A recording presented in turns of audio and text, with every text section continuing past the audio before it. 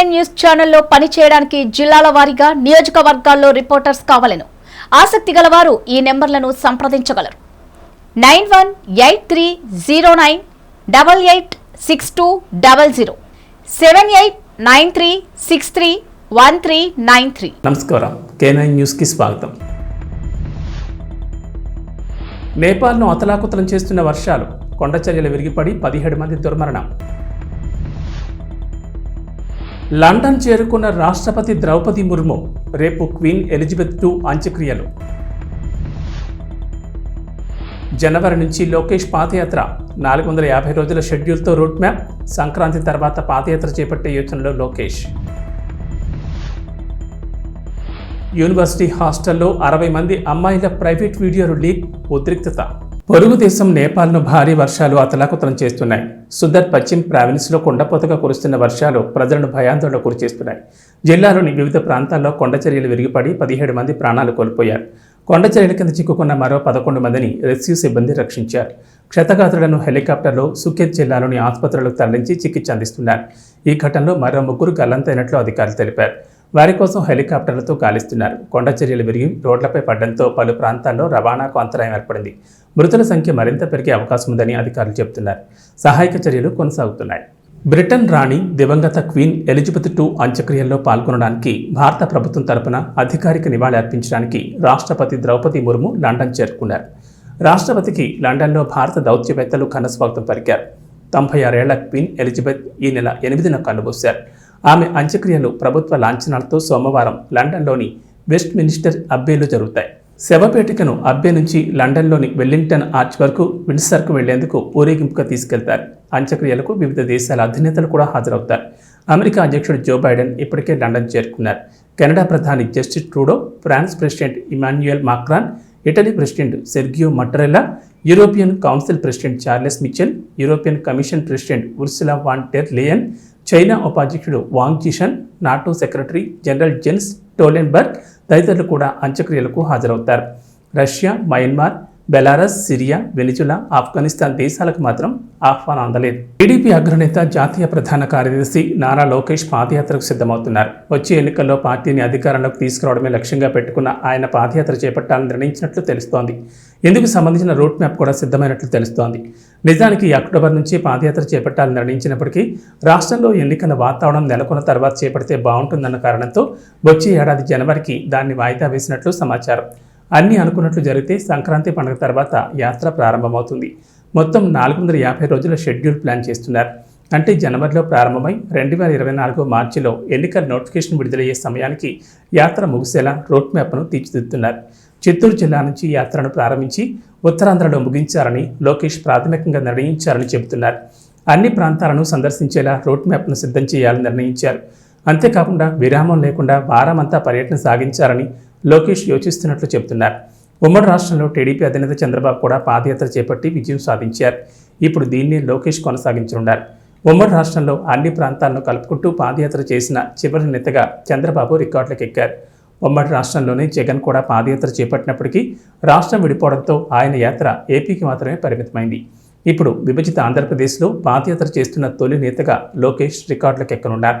ప్రభుత్వ వ్యతిరేకతను ప్రజల్లోకి తీసుకెళ్లడం, పార్టీని బలోపేతం చేయడమే లక్ష్యంగా లోకేష్ యాత్ర సాగనుందని టీడీపీ వర్గాలు చెబుతున్నాయి. పంజాబ్లోని చండీగఢ్ యూనివర్సిటీలో దారుణం చోటు చేసుకుంది. ఓ అమ్మాయి తన హాస్టల్లో ఉన్న 60 మంది అమ్మాయిల ప్రైవేట్ వీడియోలను సీక్రెట్గా తీసి తన బాయ్ ఫ్రెండ్కు పంపించింది.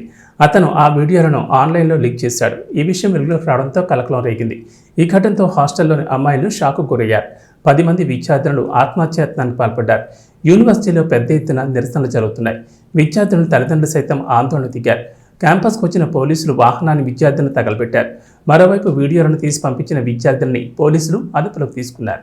కాణిపాకం శ్రీ వరసిద్ధి వినాయక స్వామికి పట్టు వస్త్రాలు మరియు స్వర్ణనెమలి వాహన తయారీకి 5,65,450 రూపాయలను అందించిన మహిళా మరియు శిశు సంక్షేమ శాఖ రాయలసీమ చైర్మన్ శైలజ చరణ్ రెడ్డి కుటుంబ సభ్యులు.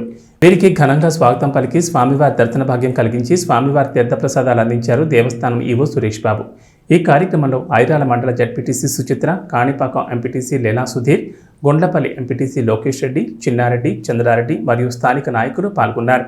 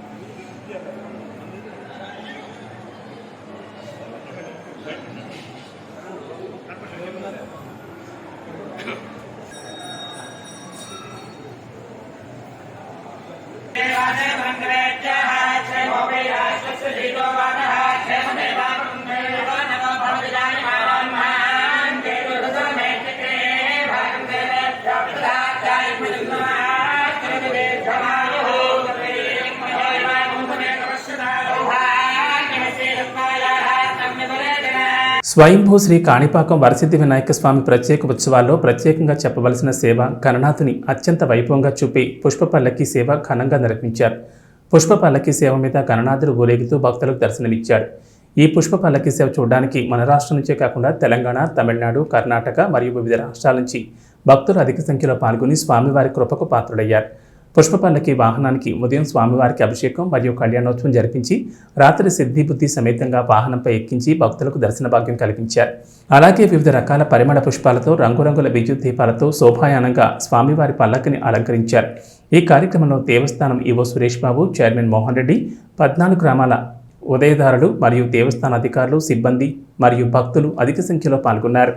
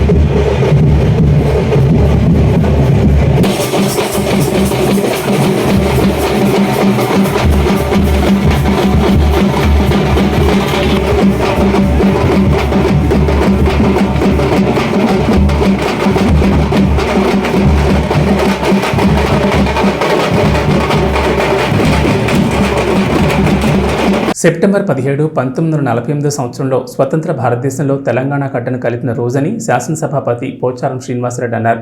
75వ వసంతం నుండి 76వ వసంతం వరకు ఒక సంవత్సరం పాటు తెలంగాణ రాష్ట్రంలో తెలంగాణ జాతీయ సమైక్యతా సంబరాలు నిర్వహిస్తారని తెలిపారు. 75వ తెలంగాణ జాతీయ సమైక్యతా వజ్రోత్సవాల్లో భాగంగా కామారెడ్డి జిల్లా కలెక్టర్ కార్యాలయం ఆవరణలో ఏర్పాటు చేసిన వేడుకలకు శాసనసభాపతి పోచారం శ్రీనివాసరెడ్డి ముఖ్య అతిథిగా హాజరై జాతీయ పతాకాన్ని ఆవిష్కరించారు. అనంతరం పోలీసుల గౌరవ వందనాన్ని స్వీకరించారు. ఈ సందర్భంగా సభాపతి పోచారం మాట్లాడుతూ నిన్న జరిగిన తెలంగాణ జాతీయ సమైక్యతా ర్యాలీలో రాష్ట్ర వ్యాప్తంగా 50 లక్షల మంది పాల్గొన్నారని తెలిపారు. ఈరోజు తెలంగాణ బిడ్డలు జరుపుకునే పండుగ ఏ పార్టీకో ఏ మతానికో సంబంధించింది కాదన్నారు. సమైక్య రాష్ట్రంలో రాష్ట్ర వ్యాప్తంగా 5 మెడికల్ కళాశాలలు ఉంటే ఈరోజు ప్రతి జిల్లాకు మెడికల్ కళాశాల ఉందని తెలిపారు. సమైక్య రాష్ట్రంలో వ్యవసాయం గురించి మాట్లాడాలంటే భయం వేసేది. ఇప్పుడు వ్యవసాయం పండగలా మారిందని అన్నారు. గతంలో ఎన్నో తంటాలు పడితే నిధులు వచ్చేవి. అప్పట్లో ఒక ఏడాదిలో కాని పనులు ఇప్పుడు ఒక రోజులో అవుతున్నాయని అన్నారు. Hand book of Indian economy survey ప్రకారం వ్యవసాయ అభివృద్ధి 98% పెరిగి తెలంగాణ రాష్ట్రం దేశంలోనే మొదటి స్థానంలో ఉందన్నారు. రైతుల కష్టాల్లో నుండి వచ్చిందే రైతు బంధు, రైతు బీమా అని ఆయన తెలిపారు.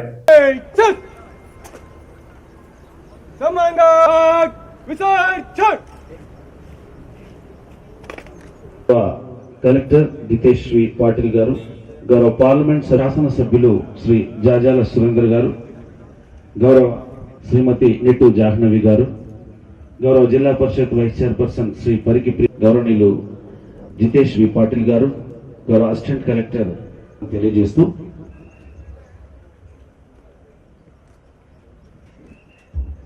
శ్రీ పోచారం శ్రీనివాసరెడ్డి గారు తన అమూల్యమైన సందేశానికి గట్టిగా చప్పట్లతో 75వ తెలంగాణ జాతీయ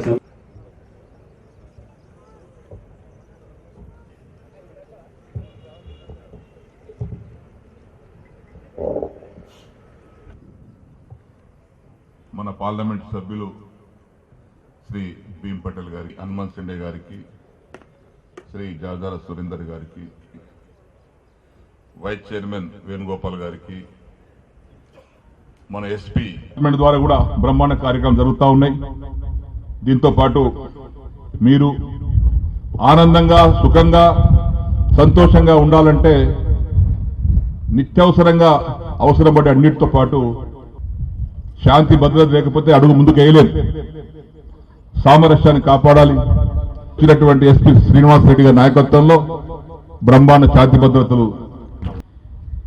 స్వతంత్ర భారతావనిలో మన తెలంగాణ గడ్డను కలిపినటువంటి రోజు ఈ రోజు 17 సెప్టెంబర్ 1948. ఇది దేశాన్ని మొత్తానికి 15th ఆగస్టు వస్తే మన స్వాతంత్రం వచ్చింది 17 సెప్టెంబర్ 1948. అంటే సుమారు 13 నెలల తర్వాత. నిన్న నియోజకవర్గాల వారీగా వేలాది మందితో, బాలబాలికలతో, యువతతో, ఆడబిడ్డలతో, సోదరులతో 119 నియోజకవర్గాలలో వేలాది మందితో తెలంగాణ జాతి సమైక్య ర్యాలీని నిన్న నిర్వహించాం. తెలంగాణ జాతి సమైక్య ర్యాలీలో దాదాపు 50 లక్షల మంది పాల్గొన్నారు రాష్ట్ర వ్యాప్తంగా.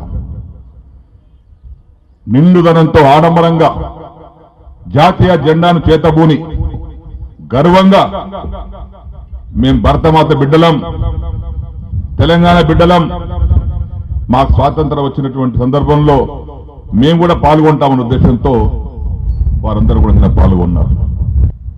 జూకల్ బాన్స్వాడ ప్రాంతంలో డిగ్రీ కాలేజ్ కావాలని 97లో ఒక సంవత్సరం పాటు తిరిగిన ఆనాడు ముఖ్యమంత్రి దగ్గరికి. ఒక సంవత్సరం ప్రైవేట్ కాలేజ్ పెట్టుకోగాని గవర్నమెంట్ కాలేజ్ ఇవ్వన్నారు. నేను పట్టు వదలకుండా సంవత్సరం తిరిగితే కాలేజ్ వచ్చింది. కానీ ఇప్పటి ముఖ్యమంత్రి గారు, సార్ నాకు బాన్స్వాడ నర్సింగ్ కాలేజ్ కావాలి సార్. ప్రధానమంత్రి నరేంద్ర మోడీ పిలుపు మేరకు దేశవ్యాప్తంగా అన్ని రాష్ట్రాల్లో, పట్టణాల్లో స్వచ్ఛత కార్యక్రమంలో భాగంగా నేడు ఇండియన్ స్వచ్ఛత లీగ్ కార్యక్రమం మున్సిపల్ పరిధిలో నిర్వహించడం జరిగింది. క్లీన్ ఆంధ్రప్రదేశ్ కార్యక్రమంలో భాగంగా పెద్దాపురం పట్టణం మున్సిపల్ కార్యాలయం నుంచి మెయిన్ రోడ్లో చెత్తరహిత పట్టణ స్వచ్ఛత కార్యక్రమం భాగంగా స్వచ్ఛత శ్రమదానం చేశారు. అనంతరం స్వచ్ఛత అవగాహన మరియు స్వచ్ఛ ర్యాలీని మున్సిపల్ చైర్పర్సన్ బొడ్డు తులసి మంగతాయార్ ఆధ్వర్యంలో నిర్వహించారు. ఈ కార్యక్రమంలో నాటక రూపంలో స్వచ్ఛ అవగాహన ప్రజలకు కల్పించారు. కార్యక్రమాల్లో municipal vice chairperson Nekkanti Sai Prasad, commissioner Surendra, మాజీ మున్సిపల్ చైర్మన్ ముప్పన శ్యామలాంబ, ఇతర మున్సిపల్ సిబ్బంది, కౌన్సిల్ సభ్యులు, ప్రజాప్రతినిధులు, సచివాలయ సిబ్బంది, సచివాలయ వాలంటీర్లు పాల్గొన్నారు.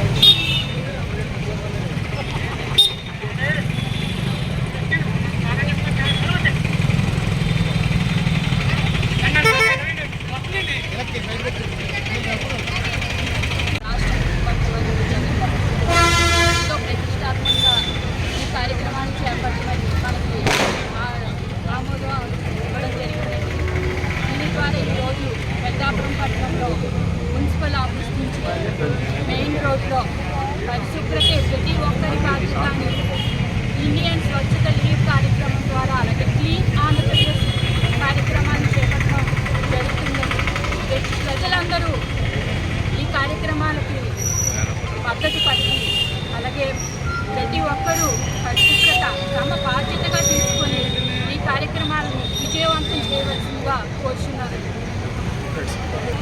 ఇండియా అంతా కూడా స్వచ్ఛ ఇండియా అంటే స్వచ్ఛ ఇండియా, స్వచ్ఛ ఆంధ్రప్రదేశ్, మన ఆంధ్రప్రదేశ్లో ఉన్నాం కాబట్టి మనం స్వచ్ఛ ఆంధ్రప్రదేశ్ తీసుకుంటామండి. ఇది చాలా చక్కటి కార్యక్రమం. ప్రజలందరూ కూడా మాతో సహకరించి అలాగే ఎవరింటి దగ్గర కానీ ఎవరి షాపుల దగ్గర కానీ ఎక్కడ కూడా చెత్త అనేది ఉండకుండా క్లీన్గా ఉండేలా చూడాలని ఈ కార్యక్రమాన్ని ప్రధాని నరేంద్ర మోదీ గారు అలాగే మన ఆంధ్రప్రదేశ్ ప్రీతం ముఖ్యమంత్రి వర్యులు జగన్మోహన్ రెడ్డి గారు పిలుపునివ్వడం జరిగింది. ఆ పిలుపు మేరకు మేమందరం కూడా ఈ కార్యక్రమంలో పాల్గొనడం జరిగింది. ఈరోజు మెయిన్ రోడ్డు అంతా కూడా ఈ స్వచ్ఛ ఇండియా కార్యక్రమాన్ని చేపడతామని తెలియజేస్తూ సెలవు తీసుకున్నాం. జై జగన్.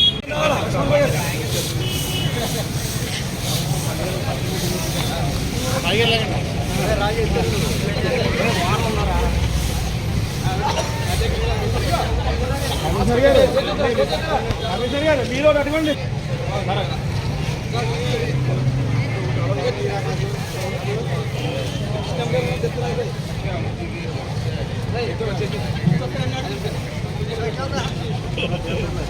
ఇంకో 2 అడుగులు 2 అడుగులు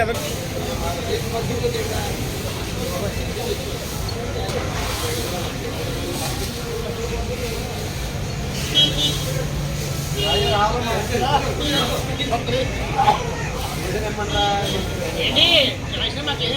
బాగుంటుంది.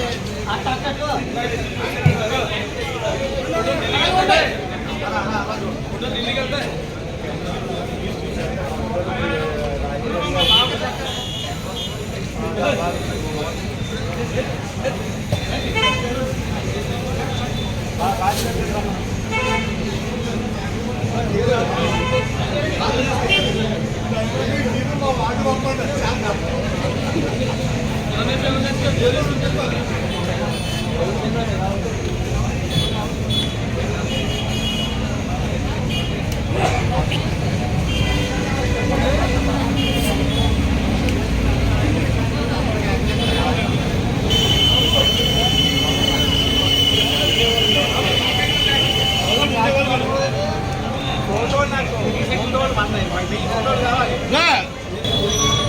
రామగుండం మున్సిపల్ కార్పొరేషన్ పరిధిలోని చంద్రబాబు నాయుడు కాలనీలో అకస్మాత్తుగా అనారోగ్యంతో పడిపోయిన వ్యక్తికి అండగా నిలిచి ధైర్యం చెప్పి తన సొంత వాహనంలో ఆసుపత్రికి పంపించారు మనాలి రాజ్ ఠాకూర్. ప్రతి కాలనీలో గడప గడపకు తిరుగుతూ తన భర్త చేస్తున్న ప్రజా సంక్షేమ కార్యక్రమాలను వివరించడమే కాదు, ఆపదలో ఎవరైనా కనిపిస్తే తన భర్తలానే తాను ముందుంటూ ఆకాశంలో సగభాగం అనే సేవలో కూడా సగభాగం అనే విధంగా ముందుండి అకస్మాత్తుగా పడిపోయిన వ్యక్తికి ధైర్యం చెప్పి ఆసుపత్రికి పంపించిన తీరును చూసి కాలనీవాసులందరూ మక్కాన్ సింగ్ ఆపద్బాంధవురాలు మనాలి రాజ్ ఠాకూర్ అన్నారు.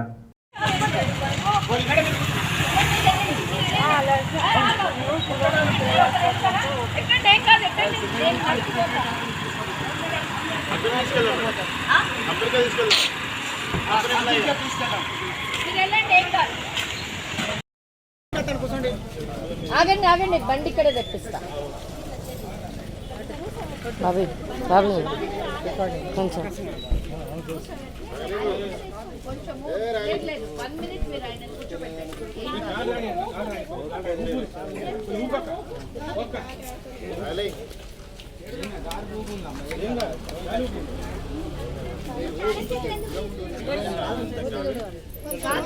మీరు మీకేమైనా గిడ్డినెస్ వస్తుందా?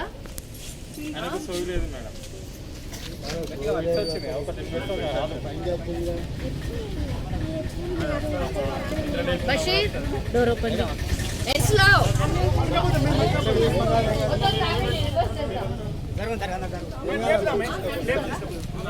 మీరు రండమ్మా, మీరు రండి.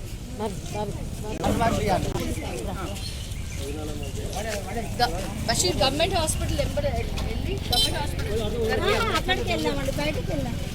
ఎక్కడ తీసుకెళ్తున్నారండి? అవునా, ఓకే మీరు వెళ్ళండి, నో ప్రాబ్లం. బషీర్ జాओ సార్ జాओ.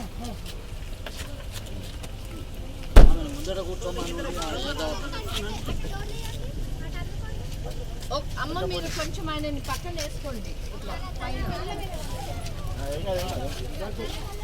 అమ్మ బాధపడకమ్మా, ఏం కాదు. అమ్మ అట్లా పెట్టకండి, హెడ్ ఎలివేట్ చేయండి, హెడ్ హైట్ లో పెట్టండి. మీరు కొంచెం చల్లని పైకి పెట్టండి.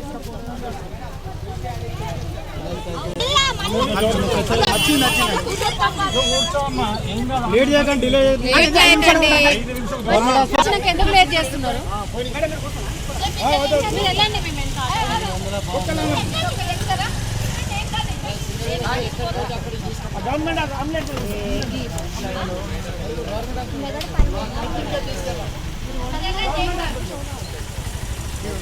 ఇవి బులెటిన్ విశేషాలు.